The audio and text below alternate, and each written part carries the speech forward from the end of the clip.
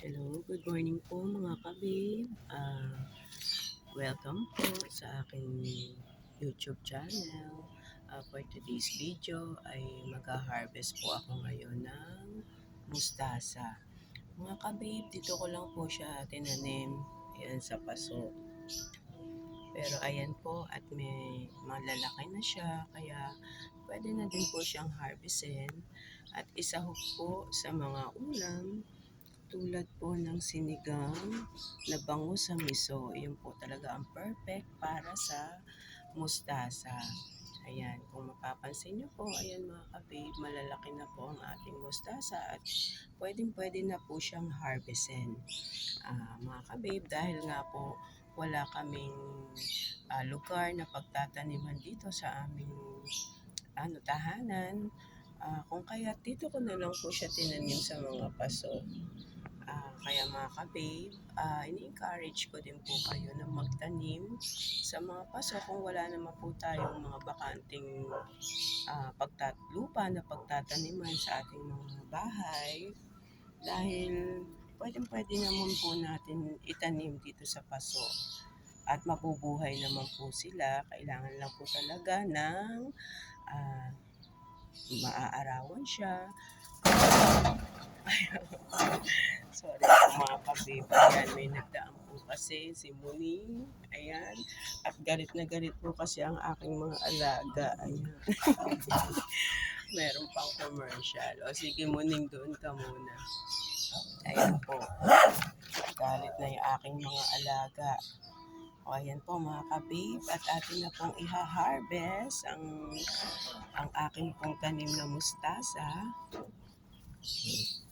Harvestin na po natin mga kabib. Pwede na pong harvestin lahat. Ayan. May nagdadaan pa pong tren kaya medyo maingay. Tuwing umaga po, may nagdadaan dito ng tren. Yan na po ang pinaka-alarm clock namin dito.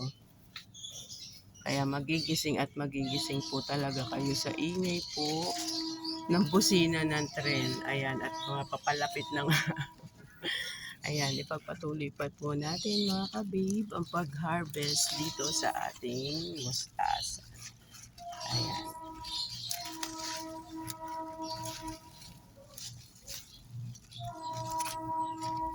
Kuhanin na po natin lahat mga kabib. Kasi malalaki na po siya.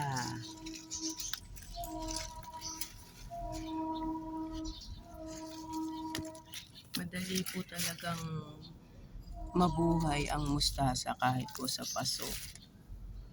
Ayan.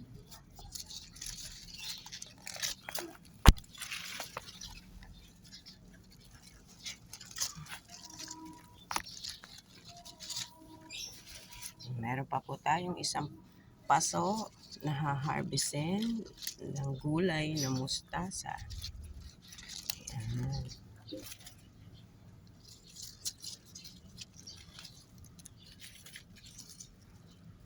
Ito medyo maliit pa kaya iwan na lang natin para lumaki pa siya.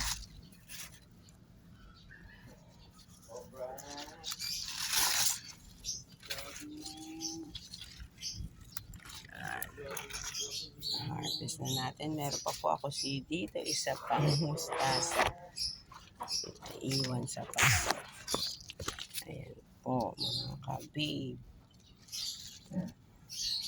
Ang dami po nating na-harvest na mustasa. Oh. Ayan mga kabib.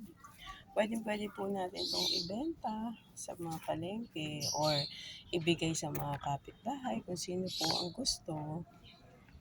Ayan. Laking tulong po nito mga kabib pag po tayo ay nagtatanim sa ating mga tahanan dahil unang-una ay hindi na po tayo bibili. Isasaog lang po ito sa sinigang na bangus sa miso. Tamang-tama po yan. Perfect na perfect po ang mustasa sa sinigang sa miso na bangus.